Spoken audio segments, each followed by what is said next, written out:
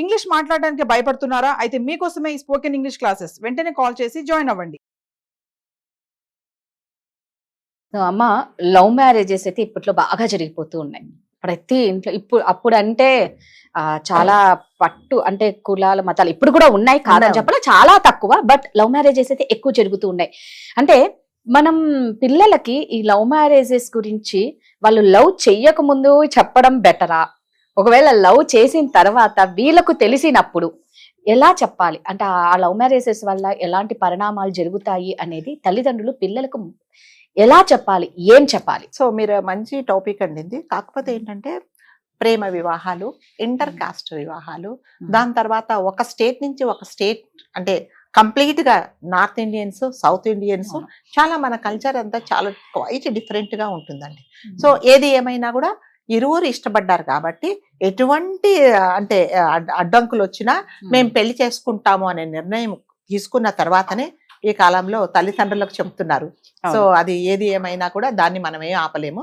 కొన్ని సందర్భాల్లో బాబు చేసుకోవద్దన్నా కూడా చేసేసుకుంటున్నారు, అది వేరే విషయము. చేసుకుంటాము అని పట్టుబడినప్పుడు తల్లిదండ్రులు తప్పకుండా ఇంకా సరే అని అంటారు. అన్న తర్వాత కూడా అసలు నువ్వు పెళ్లి చేసుకుంటున్నావు, ఓకే, మాకు తలవంపులు వచ్చినా పర్వాలేదు, మేము బాధపడ్డా పర్లేదు, నువ్వు సుఖంగా ఉండడమే మాకు కావాల్సింది అని కొన్ని విషయాలలో వాళ్ళు రాజీ పడిపోయి పిల్లలు చెప్పిన మాట వింటున్నారు. విన్న తర్వాత ఏం చేస్తున్నారంటే చేసుకుంటాను అని అన్నప్పుడు అమ్మాయి గాని అబ్బాయి గాని, మరి ముఖ్యంగా అమ్మాయిలకే వస్తాయండి ప్రాబ్లమ్స్ అన్ని వచ్చేది అమ్మాయిలకే. సో అమ్మాయిలకి అంటే అబ్బాయిలకు కూడా చెప్పాలి, అమ్మాయిలకు తల్లి తండ్రి ఎవరైతే ఇప్పుడు ఆ అమ్మాయి వెళ్ళి చేసుకోబోతుందో అతని వివరాలు ఏంటి అంటే, ఒకవేళ అంటే మనము కులం గురించి మాట్లాడుకోకూడదు కానీ ఆ కాస్ట్ వైజ్ కూడా కొన్ని మార్పులు చేర్పులు ఉంటాయండి. సో ఒక అగ్రకులాల వాళ్లకు కొన్ని అలవాట్లు ఉంటాయి, కొంచెం దాని తర్వాత వేరే వాళ్లకు కొన్ని అలవాట్లు ఉంటాయి. మరి నువ్వు పెద్ద కులం నుంచి వెళ్ళి వేరే దానికి వెళ్ళినప్పుడు మరి అక్కడ పరిస్థితులకు నువ్వు ఇది చేసుకుంటావు. సపోజ్ ఒక అమ్మాయి ఉందండి, ఓన్లీ చాలా వాళ్ళ ఇంట్లో పూజలు వ్రతాలు, పొద్దున్న లేస్తే ఆచారాలు సంప్రదాయాలు ఉన్నాయనుకోండి, అసలు నాన్ వెజ్ అంటే వెల్లుల్లిపాయలు కూడా తినరు. కానీ అతను ఏంటంటే ఇప్పుడు అమ్మాయి చేసుకోబోయే ఫ్యామిలీలో వారంలో 4 రోజులు నాన్ వెజ్ తింటారు, వెల్లుల్లిపాయలు లేనిది అసలు జరగదు, పూజలు పునస్కారాలు అసలు ఏమీ ఉండవు. సో ఎటువంటి డిసిప్లిన్ ఉండదు, ఎందుకంటే వాళ్ళ పెరిగే పద్ధతి అది, వాళ్ళ పద్ధతి అది. మరి అలాంటప్పుడు నువ్వు వెళ్ళి అక్కడ నువ్వు అడ్జస్ట్ అవుతావా అనేది క్లారిటీగా ఉండాలండి. సో అంటే ఈ అమ్మాయి దాదాపు 23 సంవత్సరాలు 22 సంవత్సరాలు ఒక వాతావరణంలో పెరిగి నువ్వు సడన్ గా అక్కడికి వెళ్ళినప్పుడు నువ్వు ఎలా కంఫర్టబుల్ గా ఉంటావు? సో అంటే అక్కడ వెళ్ళొద్దని చెప్పట్లేదు, అక్కడ ఎటువంటి పరిస్థితులు వచ్చినా నువ్వు అడ్జస్ట్ అయిపోవడానికి నువ్వు రెడీగా ఉన్నావా అనేది తల్లి మరి ముఖ్యంగా చెప్పాలి. నువ్వు ఇక్కడ అంటే ఏం చేస్తావు, పొద్దున్న లేయంగానే పద్ధతి ప్రకారం లేచి స్నానం చేసి పూజ చేసుకొని, మీ ఇంట్లో పద్ధతులు అవి, పూజ చేసుకొని కాఫీనో టిఫినో తాగి ఒక పద్ధతి ప్రకారం ఇల్లంతా నీట్గా పెట్టుకొని ఉంటారు. కానీ అక్కడ లేదు ఆ పద్ధతి, ఎందుకంటే వాళ్ళ పద్ధతి లేదు అది. మరి అక్కడికి వెళ్ళిన తర్వాత నాకు వెళ్ళంగానే నాకు ఇల్లంతా శుభ్రంగా ఉండాలి, ఎక్కడ వస్తువులు అక్కడ నీట్గా ఉండాలంటే వాళ్ళు జరగదు అక్కడ. మరి అక్కడ పోట్లాటలే జరుగుతాయి. మరి ఆ వాతావరణంలో నువ్వు అడ్జస్ట్ అవుతావా అనేది కూడా కంపల్సరీగా ఈ అమ్మాయికి క్లారిటీ ఉండాలండి. మరి ముఖ్యంగా ఏంటంటే పద్ధతులు, ఈ పద్ధతులు ఎలా ఉంటాయంటే ఒక్కొక్కరికి ఒక్క పద్ధతులు ఉంటాయండి. అంటే ప్రాంతాన్ని బట్టి కూడా ఉంటుంది, భాషను బట్టి కూడా ఉంటుంది. ఒక సినిమా మీరు చూసారా లేదో నాకు తెలియదు, బలిపీఠం అని ఒక సినిమా వచ్చింది. ఆ సినిమాలో ఏంటంటే ఆ హీరోయిన్ ఒక శారద ఉంటుంది, ఆమె ప్యూర్ బ్రాహ్మిన్ గర్ల్, ఒక చాలా ఎస్సీ క్యాండిడేట్ ను పెళ్లి చేసుకుంటుంది. సరే అప్పుడు అంతా బాగానే ఉంటుంది. చేసుకున్న తర్వాత ఈ అబ్బాయి వాళ్ళ తల్లి వాళ్ళు ఏంటంటే చాలా చిన్న ఇదనమాట, అంటే అసలు నీట్నెస్ ఉండదు, ఏముండదు. ఆవిడ ఏదో కూలి పని చేసుకుంటా ఆవిడ.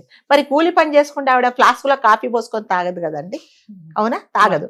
సో ఈమె ఏంటంటే చాలా మంచి కులంలో నుంచి వచ్చింది కాబట్టి ఆచారాలు సాంప్రదాయాలు, శుభ్రము శుచి మడి అవన్నీ ఉంటాయి. వీళ్ళ ఇంట్లో అది ఉండదు.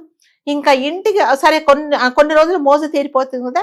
సో ప్రతి ఒక్కటి ఈ తల్లిని, ఈమె తల్లి ఎక్కడ ఉన్నా కూడా ఈమె భరించలేదు. అంటే శుభ్రంగా ఉండదు, కాఫీ అరంగానే చేతులు కడుక్కోకుండా తెచ్చిచ్చేది. అంటే కోడలు మంచి కులం నుంచి వచ్చిందనే మర్యాద ఉంటుంది, కానీ ఈవిడ పద్ధతి అంతే. అంటే పొద్దున్నే లేవాలి, స్నానం చేయాలని ఉండదు. ఈవిడ స్నానం చేయండి నాకు ఇవ్వద్దు కాఫీ అంటుంది. అక్కడి నుంచి గొడవలు మొదలవుతాయి అనమాట. సో లాస్ట్కి ఎలా ఉంది, ఈవిడకి ఒక చెల్లి ఉంటే ఆవిడ కూడా ఒక క్రిస్టియన్ని పెళ్లి చేసుకుంటుంది. వాళ్ళు చాలా హ్యాపీగా ఉంటారు. ఒకసారి ఈవిడ వాళ్ళ అక్క వెళ్తుంది వాళ్ళ ఇంటికి. వెళ్ళంగానే ఇల్లంతా నాన్ వెజ్ వాసన వస్తుంటుంది. అదేంటి నువ్వు మన కులం ఏంటి మనమేంటి నువ్వేం నాన్ వెజ్ పెడుతున్నావు అంటే, అక్క ఇవన్నీ నేను పెళ్లి కాకముందే వీటన్నిటికీ నేను రెడీ అయిపోయా నేను వచ్చా కాబట్టి నాకు ఎటువంటి ప్రాబ్లం లేదు. నువ్వేం చేసావంటే అంటే అతడి మోజులో సరే నాకు ఎటువంటి పరిస్థితులైనా పర్వాలేదు అనేది అనుకున్నావే కానీ నేను ఇవన్నీ ఫేస్ చేయగలనా అని నేను ఆలోచించకుండా నువ్వు వెళ్ళావు. అందుకని నీకు ఇవాళ ఈ పరిస్థితి వచ్చింది. నేను హ్యాపీగా ఉన్నాను, నేను తినను, అతనికి కావాల్సింది నేను నేర్చుకొని వండి పెడుతున్నాను అని చెప్తుంది. సో హ్యాపీ అంటే అదేంటంటే అండి అడ్జస్ట్మెంట్ అన్నమాట. ఏది జరిగినా కూడా అడ్జస్ట్ అయిపోవాలి. తర్వాత కొన్ని విషయాలలో మనకు నచ్చకపోయినా కూడా ఒక చోటకి వెళ్ళినప్పుడు కొన్ని పద్ధతులకు అలవాటు పడి మనం కూడా కాస్త తగ్గాలండి. అప్పుడే ఇలాంటి అంటే పెళ్లిళ్ళు బాగుంటాయి. కానీ లేకపోతే మాత్రం ఇంకా అన్ని ప్రాబ్లమ్సే వస్తాయి అనమాట. నువ్వు ఎప్పుడైతే అతని మీద ఎంత ప్రేమ ఉందో వాళ్ళ ఇంటి పద్ధతుల మీద కానీ వాళ్ళ అమ్మ నాన్న మీద కానీ లేకపోతే వాళ్ళ ఆచార వ్యవహారాల మీద కూడా కానీ అంతకంటే ప్రేమ అంతకంటే ఎక్కువ అవగాహన ఉంటేనే నువ్వు అక్కడ ఆ సంసారంలో ఇమ్మలగడవు. లేకపోతే కష్టం. అప్పుడు తల్లిదండ్రులు ఏమంటారు, నీకు ఆల్రెడీ చెప్పాం నేను, నువ్వు అక్కడ ఉండలేవన్నావు, నువ్వు పెళ్లి చేసుకున్నావు అని మళ్ళీ వీళ్ళు రానివ్వరు కదండి. కాబట్టి ఎవరైనా ప్రేమ పెళ్లి చేసుకుంటే వాళ్ళు చేసుకోవద్దని ఎవరు చెప్పట్లేదండి. చేసుకోబోయే ముందు ఇవన్నిటి గురించి ఏది జరిగినా కూడా నేను అక్కడ అడ్జస్ట్ అయి ఉంటాను, అన్నిటికీ నేను అడ్జస్ట్ అయి ఉంటాను అంటేనే మాత్రమే మీరు ఇలాంటి వాటికి తీసుకోండి. లేకపోతే ఏంటంటే మళ్ళీ పోట్లాటలు, మళ్ళీ విడాకులు, మీ పద్ధతి నాకు నచ్చలేదు, మీ సాంప్రదాయాలు నాకు తెలియదు అనేసి అటువైపు ఇటువైపు అంటే తల్లిదండ్రులు పోట్లాడుకునే పరిస్థితి వచ్చిందనమాట. సో అబ్బాయి కూడా అలాగే ఉండాలండి. అబ్బాయి కూడా అంటే అతను పెరిగిన వాతావరణం ఏంటి, మరి ఇక్కడ ఇంట్లో ఏంటి అనేది కూడా అతను కూడా అవగాహన ఉండాలి. లేకపోతే మాత్రం ఈ సంసారాలన్నీ అసలు విడాకుల వరకే వచ్చేస్తాయి మళ్ళీ. కాబట్టి ప్రేమ పెళ్లి చేసుకోవద్దని చెప్పట్లేదు. చేసుకోబోయే ముందు మీరు వీటన్నిటి మీద క్లారిటీగా ఉంటే మీకు ప్రాబ్లమ్స్ ఉండవు. మీరు అన్నట్టు ఏంటి అంటే పేరెంట్స్ ఎంత చెప్పాలో అంత చెప్తారు, తర్వాత దాన్ని ఎలా అడ్జస్ట్ అయి ఉండాలి అనేది అమ్మాయి చేతిలోనే ఉంటుంది. ముఖ్యంగా అయితే అమ్మాయిలే. సో ప్రతి చోట సర్దుకుపోయే గుణం ఉంది అంటే మాత్రం ఖచ్చితంగా వాళ్ళు హ్యాపీగానే ఉంటారు. అది అతిగా సర్దుకపోతే మాత్రం మళ్ళీ కష్టమే. ఎంత సర్దుకోవాలో అంతే. సంసారం బాగుపడేంత వరకు సర్దుకోండి అంతే. సో అంటే మీరు అన్నట్లు అప్పట్లో లవ్ మ్యారేజెస్ చాలా అరుదుగా ఉండేవి. అంటే ఇంట్లో చెప్పినట్లు వినేవాళ్ళు.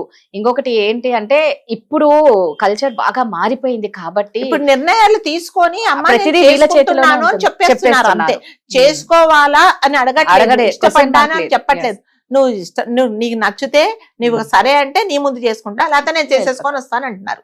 కాబట్టి తల్లిదండ్రులే ఒక మెట్టు దిగి వాళ్ళ మాటలే వింటే, ఎందుకంటే పిల్లలే ఇంపార్టెంట్ వాళ్ళకి. కాబట్టి అడ్జస్ట్మెంట్ అనేది కంపల్సరీగా ఉండాలండి. వాళ్ళ జీవితాలు బాగుపడేంత వరకు అడ్జస్ట్ అయిపోవాలి. మరి మితిమీరిన అడ్జస్ట్మెంట్ అయితే మళ్ళీ అది వేరే దారితీస్తుంది. సో నిజంగా పేరెంట్స్ చెప్పినట్లు వినండి. తర్వాత లైఫ్ లో ఏదొచ్చినా తట్టుకునేంత శక్తి మీలో ఉండి సర్దుకుపోయే గుణం ఉండాలి. థ్యాంక్ యూ అమ్మా. నమస్తే.